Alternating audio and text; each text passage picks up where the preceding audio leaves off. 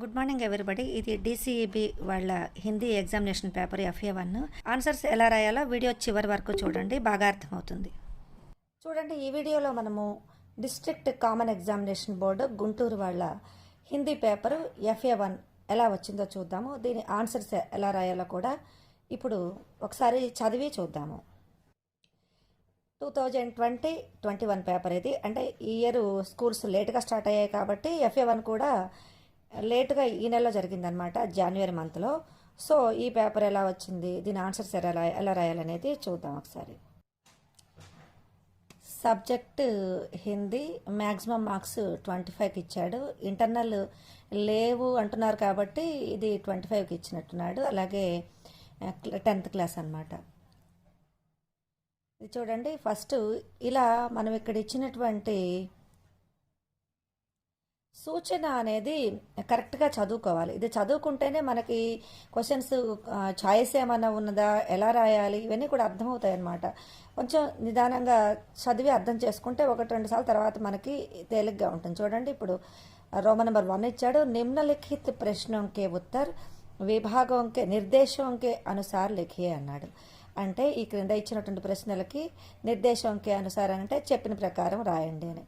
ఇంక ఇక్కడ చాయిస్ ఏం లేదని మనకు అర్థమైపోతూ ఉన్నది. ఇక్కడ ఇంకేమి ఇచ్చాడు, నిమ్నలిఖిత పద్యాంశ పढ़कर दिए गए प्रश्नों के उत्तर एक वाक्य में लिखिए.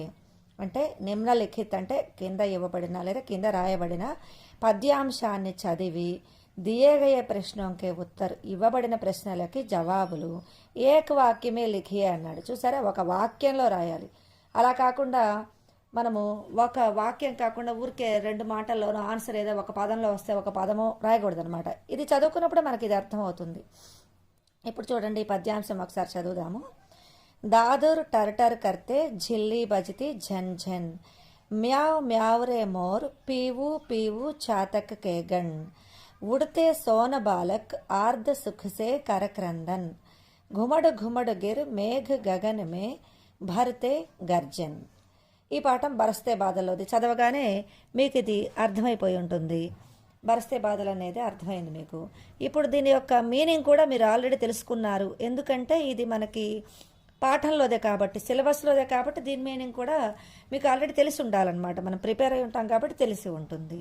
ఇలాగే మనకి తెలియని పద్యం కూడా ఒకటి ఇస్తాడు. అదైతే మాత్రం జాగ్రత్తగా చదువుకొని అప్పటికప్పుడు అర్థం చేసుకోవాలి. ఇది తెలుసు కాబట్టి చాలా తేలిగ్గా దీన్ని తక్కువ సమయంలోనే దీన్ని మనం పూర్తి చేసేయచ్చు. ఇక్కడ ప్రశ్నలు ఏమి ఇచ్చాడు చూడండి. మొదటి ప్రశ్న, పీవు పీవు కర్నేవాలా పక్షి కౌన్ హై. పీవు పీవు కర్నేవాలా పక్షి. ముందు మీరేం చేస్తారంటే ఇలా ఇక్కడ దాదురు టర్టర్ కర్తి అన్నాడు కదా, దాదురు టర్టర్ అని అరుస్తుంది. ఝిల్లీ బజ్తి ఝన్ఝన్, ఝిల్లీ ఝన్ఝన్ అని అరుస్తుంది. చూసారు కదా, ఝిల్లీ బజ్తి ఝన్ఝన్ అంటే కీచురాళ్ళు ఝన్ఝన్ అని అరుస్తాయి. ఏది ఎలా అరుస్తుంది అనేది ముందు మనం గుర్తించాలి. ఇక్కడ మ్యావ్ మ్యావ్ రే మోర్, నెమలి మ్యావ్ మ్యావ్ అనే శబ్దం చేస్తుంది. నెమలి అరిచేటప్పుడు శబ్దం ఇలా ఉంటుంది అనమాట. అలాగే పీవు పీవు చాతక్ కేగణ్, చాతక పక్షులు పీవు పీవు చాతక్ అనమాట. అలా చాతక పక్షులు ఇలా అరుస్తాయి అని. ఉడితే సోన బాలక్, సోన బాలక్ అంటే జల పక్షులు ఎగురుతాయి. ఆర్ధ సుఖసే కరక్రందన్, ఈ జలపక్షులు అనేవి ఆర్ద్ర సుఖసే కరక్రందన్ అంటే ఈ ఆర్ద్రతతో కూడినటువంటి సంతోషంతో, క్రందన్ అంటే ఇది కూడా అరవటం అనమాట, సంతోషంతో చేసేటువంటి శబ్దము. అలాగే ఘుమడు ఘుమడుగిర్ మేఘ గగన్ మే భర్తే గర్జన్, తిరుగుతూ మేఘాలన్నీ కూడా ఆకాశంలో మేఘావృతమైంది అంటాం కదా, అలా ఆకాశంలో తిరుగుతూ గర్జిస్తాయి అని. ఇప్పుడు ఈ ప్రశ్నలకు సమాధానాలు ఇప్పుడు వెతుకుదాం మనం దీంట్లో. పీవు పీవు కర్నేవాలా పక్షి కౌన్ హై. పీవు పీవు అనేటువంటి శబ్దం చేసే పక్షి ఏంటి, ఇప్పటికి మీకు అర్థమై ఉంటుంది. పీవు పీవు చాతక్ కేగణ్. అంతేగాని దీన్ని ఇటు అనుకొని మోర్ అని చెప్పి రాయకూడదు. జాగ్రత్తగా చదువుకోవాలన్నమాట. ఇది కన్ఫ్యూజ్ అయ్యే అవకాశం ఉంటుంది. ఒకటి కన్ఫ్యూజ్ అయ్యారు అని అంటే మిగతావన్నీ కూడా తప్పైపోతాయి అన్నమాట ఆన్సర్స్. కాబట్టి పీవు పీవు చాతక్ కేగణ్. సో పీవు పీవు అని శబ్దం చేసేది చాతక పక్షులు. ఇది అర్థమైపోయింది కదా. రెండో ప్రశ్న అలాగే, సోన బాలక్ ఆర్ధ సుఖసే క్యా కర్తా హై. ఆర్ధ సుఖసే క్యా కర్తా హై ఏం చేస్తాయి, కరక్రందన్, కరక్రందన్ కర్తా హై. దీనికి ఏం రాయాలి, ఆన్సర్స్ ఎలా రాయాలి. పీవు పీవు కర్నే వాలా పక్షి చాతక్ హై, ఈ ప్లేస్లో చాతక్ అని పెట్టాలి. ఇది తీసేసి చాతక్ అని రాస్తే సరిపోతుంది. సోను బాలక్ ఆర్ధ సుఖ్ సే క్యా కర్తా హై, సోను బాలక్ ఆర్ధ సుఖ్ సే ఈ క్యా తీసేసి కరక్రందన్ కర్తా హై అని ఆన్సర్ రాయాలి. ఎందుకంటే ఇక్కడ ఉత్తర్ ఏక వాక్యమే లిఖి అన్నాడు కదా, ఒక వాక్యంలో రాయాలి కాబట్టి. అలాగే మూడోది చూద్దాం ఇప్పుడు. ఈ మ్యావ్ మ్యావ్కి ఆవాజ్ కిస్కి హై, మ్యావ్ మ్యావ్ అని అరిచేది అనే శబ్దము ఎవరిది అని దీని అర్థం, ఈ ప్రశ్న యొక్క అర్థం.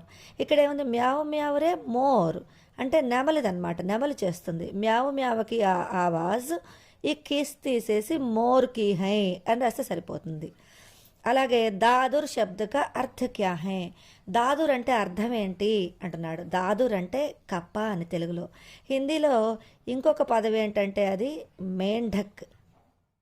మేంఢక్ అంటే కప్ప, మేంఢక్ అంటే కప్ప. కాబట్టి దాదుర్ శబ్ద కా అర్థ క్యా హై అంటే దాదుర్ శబ్ద కా అర్థ ఈ క్యా తీసేసి మేంఢక్ హై అని రాస్తే సరిపోతుంది. తర్వాత ఐదో ప్రశ్న అలాగే యహ పద్యాంశ కిస్ పాఠ్ సే దియా గయా హై, ఈ పద్యాంశము ఏ పాఠం నుంచి ఇవ్వబడింది.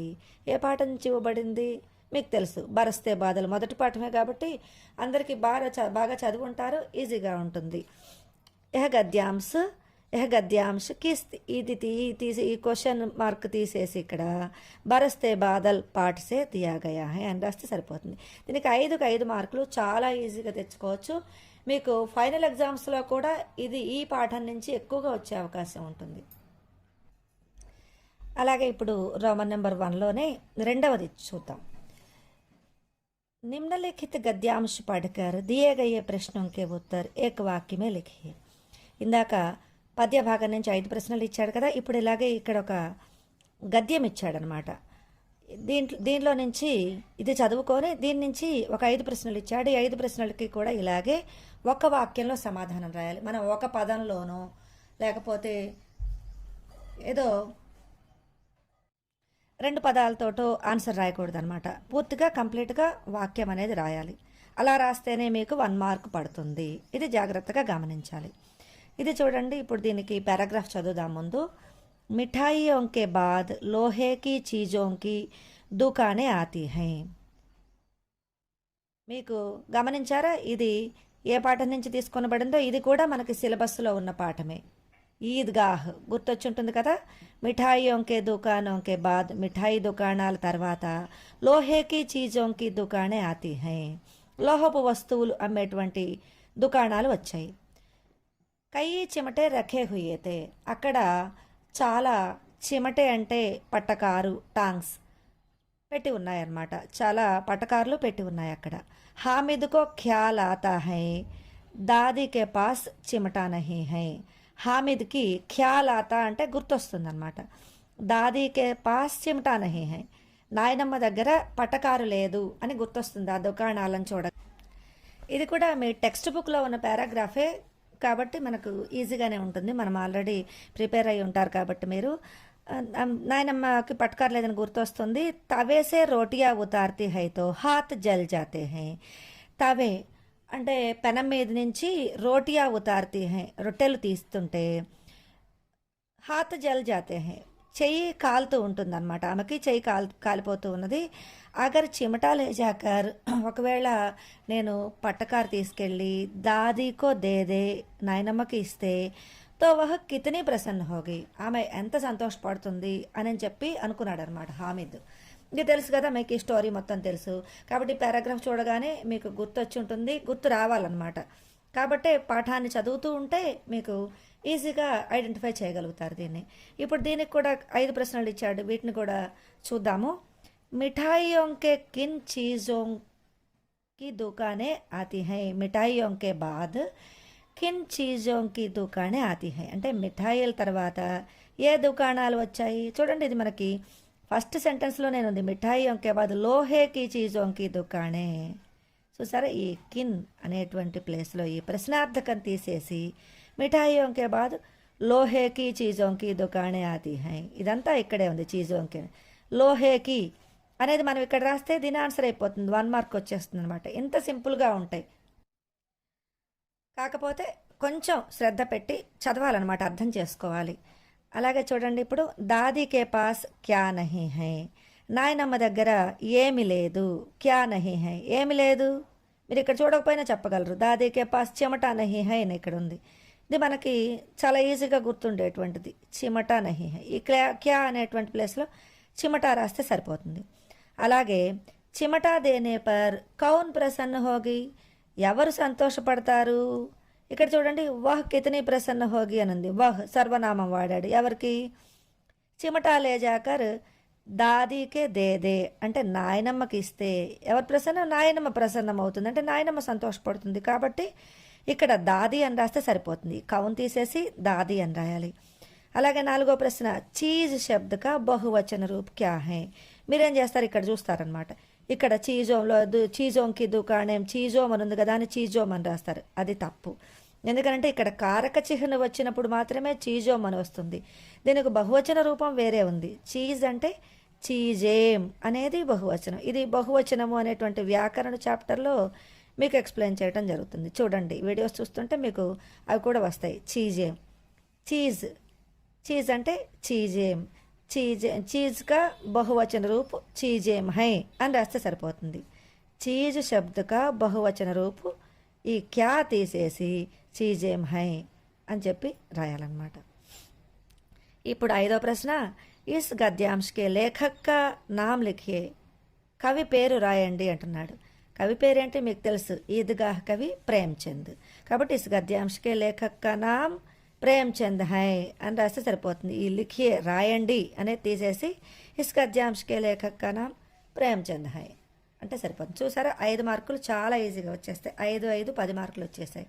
ఇప్పుడు ఇక్కడ ఇంకొక పారాగ్రాఫ్ ఇచ్చాడు. ఇది అపఠిత గద్య, అంటే మనము చదవనటువంటి మన సిలబస్లో లేనటువంటి ఒక పారాగ్రాఫ్ ఇస్తాడు.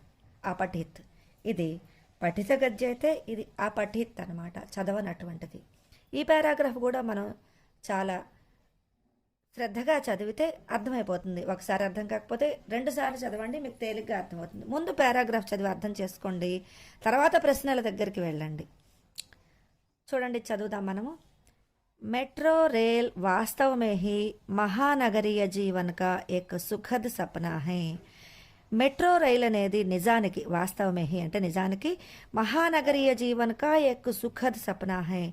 మహానగరాల్లో అంటే మెట్రో సిటీస్ అంటాం కదా, ఆ మెట్రో సిటీస్లో ఉండేటువంటి మహానగరాలలో ఉండేటువంటి జీవనానికి ఒక సుఖాన్ని కలుగజేసేటువంటి ఒక కళ అనమాట. అంటే వాళ్ళకు ఒక మంచి కళ. ఈ మెట్రో రైళ్ళు ఉంటే బాగుంటాయి, ఎందుకంటే వాళ్ళకి ట్రాఫిక్ ఎక్కువగా ఉంటుంటుంది. ఒక చోటు నుంచి ఒక చోటికి వెళ్ళాలంటే చాలా సమయం పడుతూ ఉంటుంది, ఎందుకంటే జనాభా ఎక్కువగా ఉంటారు కాబట్టి. అప్పుడు వాళ్ళకి ఈ మెట్రో రైలు అక్కడే తిరిగేటువంటి ఒక రైలు ఉన్నదనుకోండి, ఒక ప్రదేశాన్ని నుంచి మరొక ప్రదేశాన్ని తీసుకువెళ్ళడానికి ఈ ట్రాఫిక్ ఇబ్బందులు ఏమి లేకుండా ఈ మెట్రో రైల్లో ఈజీగా వాళ్ళు వెళ్ళవలసినటువంటి ప్రదేశాన్ని వాళ్ళు తక్కువ సమయంలో చేరుకోగలుగుతారు అనమాట. అందుకని వాళ్ళ యొక్క కళ అంటున్నాడు. भीड़ भाड़ से भरी सड़कों पर लगते हुए गतिरोधों से आज ముక్తి దిలా రహీ హై.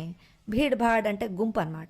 గుంపుతో నిండినటువంటి సడకోం అంటే మార్గము, రోడ్ల మీద లగతే హుయే గతిరోధం సే ఆజ్ ముక్తి దిలా రహీ హై. గతిరోధం అంటే స్పీడ్ బ్రేకర్లు ఉంటాయి, అలాగే ట్రాఫిక్ జామ్లు ఉంటాయి. వీటన్నిటి నుంచి కూడా మనకి విముక్తి లభిస్తున్నది ఈ మెట్రో రైళ్లు ఏర్పడటం వల్ల. ఇక్కడ చివరిలో మీకు కొంచెం ఈ పారాగ్రాఫీ కనపడటం లేదు కదా, దీన్ని నేను ఫోటో పెడతాను. ఈ పేపర్ని ఫోటోలో చూస్తే మీకు అర్థమవుతుంది. ఆ పిక్ చూడండి. అప్పుడు మెట్రో రైల్ యాతాయాత్ కా తీవ్రతం ఏవం సస్తా సాధన హై. ఇది ఈ మెట్రో రైల్ అనేది యాతాయాత్ అంటే ప్రయాణ సాధనం అనమాట. ప్రయాణ సాధనాల్లో చాలా వేగంగా, సస్తా అంటే చౌకైనటువంటి సాధనం. మరి రైలు ప్రయాణం ఎప్పుడు కూడా చౌకగానే ఉంటుంది, మనకి వేగం కూడా ఎక్కువగా ఉంటుంది. కాబట్టి ఇది చౌకగా, వేగంగా దొరికేటువంటి ప్రయాణ సాధనం. యహ్ సువ్యవస్థిత క్రమసే చల్తీ హై. ఇదంతా కూడా పర్ఫెక్ట్గా ఒక పద్ధతి ప్రకారం, క్రమశిక్షణగా, టైం ప్రకారం నడుస్తూ ఉంటుంది. అన్ని ఫెసిలిటీస్ కూడా ఉంటాయి కదా, ఫ్యాన్లు కానీ, కూర్చోటానికి కంఫర్టబుల్గా ఉండటం కానీ, లైట్స్ కానీ, ఇలాంటి ఫెసిలిటీస్ అన్నీ కూడా సువ్యవస్థితగా అన్ని ఏర్పాట్లు చేయబడి ఉంటాయి అన్నమాట. ఇసే యాత్ర సుఖద్ ఏవం ఆరామదేహ హోగయి హై. దీంట్లో యాత్ర చాలా సుఖంగా, ప్రశాంతంగా, విశ్రాంతిగా ఉంటుంది. बसों की धक्का मुक्की भीड़ भाड़ से ముక్తి మిల్ గయి హై. బస్సుల్లో ఉండేటువంటి నెట్టుకోవటము, తోసుకోవడము, అలాగే భీడ్ గుంపులుగా ఉండటం, వీటన్నిటి నుంచి కూడా విముక్తి లభిస్తుంది. ఏక నిశ్చిత సమయ పర్ ఇస్కా ఆనా జానా హోతా హై. ఒక సమయానికి ఇవి వస్తూ పోతూ ఉంటాయి. ఇది మనకి ఇచ్చినటువంటి అపఠిత గద్యం, అంటే జనరల్గా ఇచ్చినటువంటి ఒక పారాగ్రాఫ్ అన్నమాట. ఇది మనకి చదివి అర్థం చేసుకోవటం అనేది నేర్చుకోవాలి. ఇది జాగ్రత్తగా ప్రశాంతంగా చదువుకుంటే మనకి కొన్ని ఈ మెట్రో రైల్స్ అనేవి మనం వినే ఉంటాం కాబట్టి ఇలాంటివి అర్థం చేసుకోవచ్చు. కొన్ని పదాలకి మీనింగ్స్ మీకు తెలియకపోయినా కూడా ఒకటికి రెండు సార్లు చదివితే మనకి అదే బోధపడుతుంది. దీని మీద అడిగినటువంటి ప్రశ్నలు మనం చూద్దాము. ఇవి మల్టిపుల్ చాయిస్ అన్నమాట.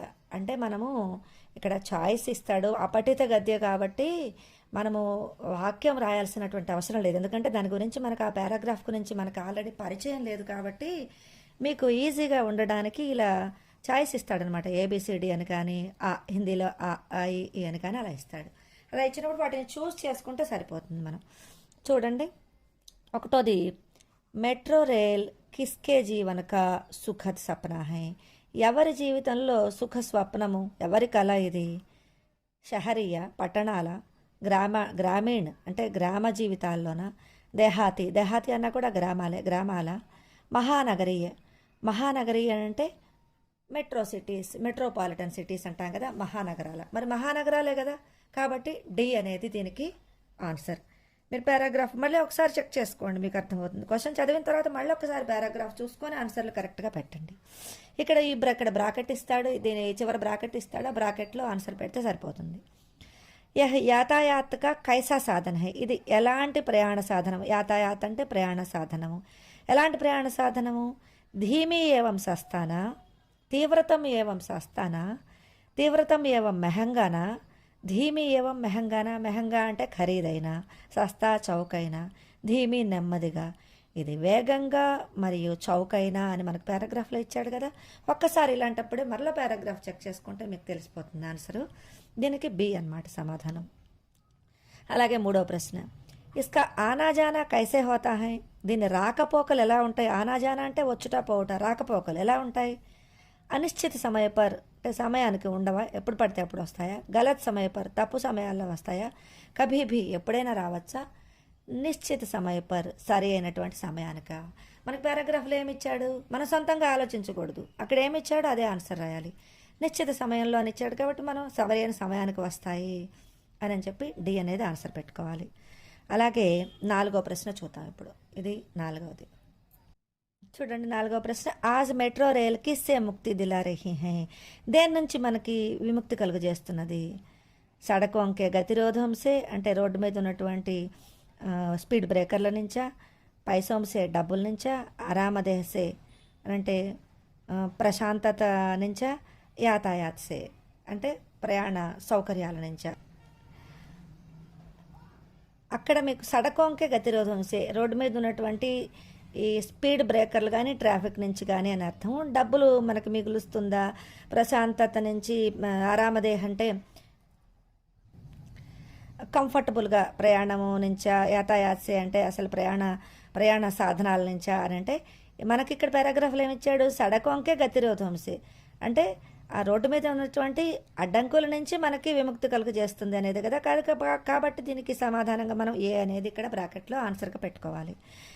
అలాగే మనం ఇక్కడ బ్రాకెట్లో ఇచ్చి ఈ లెటర్ రాయమన్నాడు కాబట్టి ఆన్సర్ ఏ అయితే ఏ, బి అయితే బి, సి అయితే సి, డి అయితే డి అని రాయాలి. కానీ ఈ మొత్తం సమాధానం మనం రాయాల్సినటువంటి అవసరం లేదు. అలాగే ఐదో ప్రశ్న, చివరి ప్రశ్న, ఈ అనుచ్ఛేదక ముఖ్య విషయ క్యా హై. దీంట్లో అసలు ఏం చెప్పబడింది? ముఖ్యంగా సమయం గురించి చెప్పబడిందా, గతిరోధ అడ్డంకుల గురించి చెప్పబడిందా, వేగాన్ని నిరోధించడం అనమాట గతిరోధ అంటే, వాటి గురించి చెప్పబడిందా, మహానగరీయ జీవనం గురించి చెప్పబడిందా, మెట్రో రైల్ గురించి చెప్పబడిందా? మెట్రో రైల్ గురించే కదా ముఖ్యంగా చెప్పింది దీంట్లో. మెట్రో రైల్స్ సమయానికి వస్తాయని చెప్పి, ఇవి మనకి ఎలా ఉపయోగకరంగా ఉంటాయి, వీటి వల్ల మనకి ప్రయాణాలు ఎంత సౌకర్యవంతంగా ఉంటాయి, దీని గురించే మనకు చెప్పబడింది. కాబట్టి మనం మెట్రో రైల్ అనేది డి అనేది ఆన్సర్గా పెట్టుకుంటే సరిపోతుంది. ఆలోచించండి, మహానగరంలో జీవితం గురించి ఏమి పూర్తిగా ఇవ్వలేదు, మనకి సమయం గురించి ఇవ్వలేదు, స్పీడ్ బ్రేకర్ల గురించి ఏమి ఇవ్వలేదు. పారాగ్రాఫ్ మొత్తం మీద ఇచ్చింది కూడా మెట్రో రైలే కాబట్టి మనం డి అనేది ఆన్సర్గా పెట్టుకోవాలి. కొంచెం జాగ్రత్తగా శ్రద్ధగా ఆలోచిస్తే ఈ ఆన్సర్స్ అన్నీ కూడా మీకు ఈజీగా వచ్చేస్తాయి. ఇక్కడ 5 మార్కులు తెచ్చేసుకోవచ్చు, అక్కడికి 15 మార్కులు చాలా తేలిగ్గా మీరు తెచ్చుకోవచ్చు. ఇప్పుడు రెండవ రోమన్ ఉంది ఇక్కడ. ఈ సెకండ్ రోమన్లో ఏమి ఇచ్చాడో చూద్దాం. నిమ్నలిఖిత ప్రశ్నों के उत्तर 3 या 4 వాక్యం में लिखिए. ఇక్కడ 3 ప్రశ్నలు ఇచ్చాడు. ఈ 3 ప్రశ్నలకి 3 లేక 4 వాక్యాల్లో సమాధానం రాయమంటున్నాడు. 3 × 2 6 మార్క్స్, అంటే 6 మార్కులకి అనమాట మనకి. ఇప్పుడు 3 5 15 అయిపోయింది, ఇది 6 మార్కులకి. ఏం ప్రశ్నలు ఇచ్చాడు ఇక్కడ? ఈ ప్రశ్నలు మనకి సిలబస్లో, ఈ ఎగ్జామ్కి ఏ సిలబస్ అయితే ఉన్నదో ఆ సిలబస్లో నుంచి ఆ 3 ప్రశ్నలు అడగటం జరుగుతుంది. ఇక్కడ ఏం అడిగాడో చూద్దాం. కవి సుమిత్రానందన్ పంత్ కే బారే మే ఆప్ క్యా జాంతే హై? ఇది మీరు కవి పరిచయం రాయాలి. కవి గురించి మీకు ఏమి తెలుసు, కవి పరిచయము, అలాగే ఈ ప్రకృతికే బేజోడు కవి అని చెప్పి, ఈయన ఎప్పుడు జన్మించారు, ఎప్పుడు మరణించారు, ఈయన వచ్చినటువంటి ఉపహార్ అంటే బహుమతులు, అవార్డ్స్ లాంటివి ఏంటి, అలాగే ఇతర రచనలు ఏంటి, ఇదంతా కూడా మీకు ఇచ్చారు కదా. మీరు చదువుకున్నది దీనికి ఆన్సర్ రాసేయచ్చు. హామిద్ చిమటా క్యోం ఖరీదనా చాహా? ఎందుకు కొనాలనుకున్నాడు చిమట? తవేసే రోటీ నికాల్తే సమయ్ దాదీకి హాత్ జల్ జాతీ థీ, లేదా ఉంగలియా జల్ జాతీ థీ, అంటే వేళ్ళు కాలిపోతూ ఉన్నాయి. ఇస్లియే హామిద్ చిమటాకు ఖరీదనా చాహా అపనే దాదీకే లియే అని చెప్పి, ఇది మీరు దీనికి చదువుకున్నదే, ఇది కూడా ఇది ఆన్సర్ రాయాలి దీనికి. శాంతికి పరిభాష క్యా హో సక్తి హై? అపనే శబ్దం మే లిఖియే. శాంతికి డెఫినేషన్ ఏంటి, పరిభాష ఏంటి అని అడుగుతున్నాడు. శాంతి అంటే ఏంటి? ప్రశాంతంగా కూర్చోవటం, ఏ పని చేయకుండా కూర్చోవడం అనేది శాంతినా? ఏది శాంతి అంటే అసలు? ఇది మీకు ఇది కూడా మీకు పాఠంలో వచ్చినటువంటిదే. ఇది శాంతికి రాహమే అనే పాఠం, ఇది మనకి FA1 సిలబస్కి ఉన్నదే కాబట్టి దీనికి కూడా ఆన్సర్ మీరు చదువుంటారు. దీన్ని రాసేసుకోండి. ఇవి 3 రెళ్ళు 6 మార్కులు. ఇవి మీరు జాగ్రత్తగా రాసుకుంటే ఎలాంటి అక్షర దోషాలు లేకుండా, అంటే ఎప్పుడైనా లాంగ్వేజెస్లో అక్షర దోషాలు అనేవి ఉండకూడదనమాట. అవి లేకుండా చక్కగా సెంటెన్స్ ఫార్మేషన్ కరెక్ట్గా రాస్తే 2కు 2 మార్కులు వస్తాయి. లేకపోతే ఏంటంటే మొత్తం మీద ఒక 6 మార్కు అలా తగ్గించే అవకాశం ఉంటుంది ఇక్కడ. కానీ మొదటి 3, 5, 15 మాత్రం పర్ఫెక్ట్గా తెచ్చుకోవచ్చు. ఇక్కడ మీరు కష్టపడి చదివి గుర్తుపెట్టుకొని రాసిన దాన్ని బట్టి ఈ 6 మార్క్స్ డిపెండ్ అయి ఉంటాయి. ఇప్పుడు థర్డ్ రోమన్ చూద్దాం. లాస్ట్ రోమన్ ఇక్కడ ఇచ్చాడు. నిమ్నలిఖిత ప్రశ్నों के उत्तर निर्देशों के अनुसार लिखिए. ఇక్కడ కింద ఇవ్వబడినటువంటి ప్రశ్నలకు సమాధానాలు సూచించిన ప్రకారం రాయండి. ఇక్కడ ఎలా ఎలా రాయమని చెప్తే ఎలా అడిగితే అలా రాయండి అని అనమాట. ఒకటోది సావన్ మన్ భావన్ హోతా హై, అంటే సావన్కి అండర్లైన్ చేశాడు. సావన్ అనేది మనసును దోచుకుంటుంది, మనసుకు ప్రియమైనది అని మన్ భావన్. రేఖాంకిత శబ్దక తత్సమరూప్ క్యా హై? సావన్ అని అండర్లైన్ చేసి దీనికి తత్సమరూపు తద్భవరూపు మీకు వ్యాకరణ అంశాల్లో ఒక వీడియో ఉన్నది, చూడండి. దీనికోసము సావన్ అంటే శ్రవణ మాసము అని, దీనికి తత్సమరూపు ఏంటి? సంస్కృత రూపము శ్రావణ్ నుంచి వచ్చిందే సావన్ అనమాట. మీరు శ్రావణ్ అని చెప్పి రాస్తే సరిపోతుంది. శ్రావణ్ తత్సమరూపు శ్రావణ హై అని రాయొచ్చు, లేదంటే శ్రావణ్ అని రాసినా కూడా సరిపోతుంది దీనికి. రెండో ప్రశ్న ఇలాగే, హామిద్ కే పిత హైజేసే భేంట్ హోగయే. ఈ హామిద్ యొక్క నాన్నగారు అంటువ్యాధికి భేంట్ హోగయే అంటే సమర్పించబడ్డాడు అనే మీనింగ్ అనమాట. యాక్చువల్గా సమర్పించబడ్డాడు అంటే అర్థం ఏంటి? ఇక్కడ వ్యాధికి సమర్పించబడ్డాడు అంటే చనిపోయాడు అని అర్థం. ముహావరేక అర్థ పెహచానియే. ముహావరే అంటే మనకి తెలుగులో ఉంటాయి కదా జాతీయములు అని చెప్పి, జాతీయములు, సామెతలు, ఇంగ్లీష్లో అయితే ఇడియమ్స్ అండ్ ఫ్రేజెస్ అంటాం, అలా ముహావరే అంటాం హిందీలో. ఈ ముహావరే యొక్క అర్థం ఏంటంటున్నాడు. అర్థం ఏంటని మీరు పాపం కష్టపడాల్సిన అవసరం లేకుండా ఇక్కడే ఇచ్చాడు. దీంట్లో ఒకటి మీరు చూస్ చేసుకోవటమే. భేంట్ హోజానా అంటే మర్జానా అనే, భేంట్ హోజానా అంటే మిల్నా అనే, కలుసుకోవటం అనే. ఇక్కడ చూడండి, ఈ అంటువ్యాధికి సమర్పించబడ్డాడు అని అంటే మర్జానా, చనిపోయాడని అర్థం ఇక్కడ. కాబట్టి మర్జానా, ఇది మరలా మీరు ఆన్సరు రాయండి. భేంట్ హోజానా, మర్జానా అని చెప్పి ఇలా రాస్తే సరిపోతుంది. దీన్ని యాజ్ ఇట్ ఈజ్గా రాస్తే సరిపోతుంది. అలాగే ఇక 4 4 మార్కులు అనమాట. ఇవి కూడా చాలా ఈజీగా తెచ్చుకోవచ్చు, ఫుల్ మార్క్స్ తెచ్చుకోవచ్చు. ఇది తప్పుపోయింది అంటే మొత్తం పోతుంది, ఇంకా అరలు వేయటాలు అలాంటివి ఉండవు దీనికి. ఇక్కడ అనుకోండి మీరు కొంచెం రాసిన దాన్ని బట్టి 1, 1.5 అలా మార్క్స్ పడే అవకాశం ఉంటుంది. కానీ ఇక్కడ మాత్రం కరెక్ట్ అయితే ఫుల్ మార్క్స్ పడితే, తప్పైతే 0 అనమాట. 4th one, Amina dash Dil కా చోట్ రహా హై. అమీనా యొక్క మనసు బాధపడింది అనమాట. అమీనా కా దిల్ కా చోట్, ఇక్కడ కా, కే, కి, కా అనే ఇక్కడ మనకి కారక చిహ్నాలు ఇచ్చాడు. సహీ కారక చిహ్న పెహచానియే అన్నాడు. సరైనటువంటి కారక చిహ్నంతో చిహ్నాన్ని గుర్తించండి అని. ఇది కా అనేది ఇక్కడ అమీనా కా దిల్ కచోట్ రహా హై. ఇది స్త్రీలింగ పుల్లింగుని బట్టి వస్తుందన్నమాట. అమీనా వల్ల అమీనా అనేది స్త్రీలింగ గదానికి రాయకూడదు. ఇక్కడ దిల్ని బట్టి ఇక్కడ కారక చిహ్నం వస్తుంది కాబట్టి అమీనా కా దిల్. అలాగే మర్చిపోతుంది. ఈ థర్డ్ వన్ ఇంకొకటి ఉన్నది కదా, మూడవది మిట్టి మే కోమల్ అంకుర్ ఫుట్ రహే హై. విలోమ శబ్ద లిఖి అన్నాడు. ఇక్కడ విలోమ శబ్దం అంటే వ్యతిరేక పదం రాయాలన్నమాట. మిట్టి మే కోమల్ అంకుర్ ఫుట్ రహే హై. ఇది బరస్తే బాధల్లో వచ్చినటువంటి వాక్యం. ఇది మీకు గుర్తొచ్చే ఉంటుంది. ఇది మట్టిలో కోమలమైనటువంటి మృదువైనటువంటి అంకుర్ మొలకలు వస్తాయి అని, అంటే చిన్న చిన్న గడ్డి మొక్కలు మొలుస్తాయి కదా వర్షం పడేటప్పుడు, అది చెప్పేటప్పుడు వస్తుందన్నమాట ఈ వాక్యము. అంకుర్ అంకుర్ అంటే ఇక్కడ బిగినింగ్ అనేటువంటి అర్థం అనమాట, మొదళ్ళు అని. మొదళ్ళు అంటే దీనికి వ్యతిరేక పదము. చివర అని కదా మొదలు అంటే, కాబట్టి అంతని నిష్కర్ష అని రాసుకోవచ్చు అనమాట. అంత కానీ నిష్కర్ష కానీ ఏదైనా ఒకటే. అంకుర్కి వ్యతిరేక పదం రాయాలి. ఇలా ఇక్కడ సూచన అంటే ఇచ్చిన ప్రకారంగా ఏది రాయమని అడుగుతాడో ఇక్కడ ఈ వ్యాకరణ అంశాలు ఈ విధంగా రాయాలి. ఇది మొత్తం కరెక్ట్ అవుతేనే మీకు ఇది దీనికి సగం సగం మార్కులు అనేవి పడవు కాబట్టి కరెక్ట్గా రాస్తే మొత్తం 4 మార్క్స్ ఇక్కడ వచ్చేటువంటి అవకాశం ఉంటుంది. ఇలా ఇలా క్వశ్చన్ పేపర్ని బాగా ఇలా పేపర్ అంతా కూడా చదవడానికి కూడా టైం ఇచ్చాడు. ఎక్సెస్ టైం మనకి హిందీ పేపర్కి ఇచ్చాడు కాబట్టి చక్కగా చదివి బాగా అర్థం చేసుకొని నిదానంగా ఆన్సర్స్ పూర్తి చేసుకుంటే ఎక్కువ మార్కులు స్కోర్ చేసుకునేటువంటి అవకాశం ఉంటుంది. ఇలాగే మిగతా క్వశ్చన్ పేపర్స్ వచ్చినప్పుడు కూడా ఎక్స్ప్లెయిన్ చేస్తాను. దీంట్లో ఏమైనా డౌట్స్ ఉంటే కామెంట్స్లో తప్పకుండా అడగండి. ఇంకేమైనా అర్థం కాకపోయినా కూడా కామెంట్స్లో తప్పకుండా తెలియచేయండి.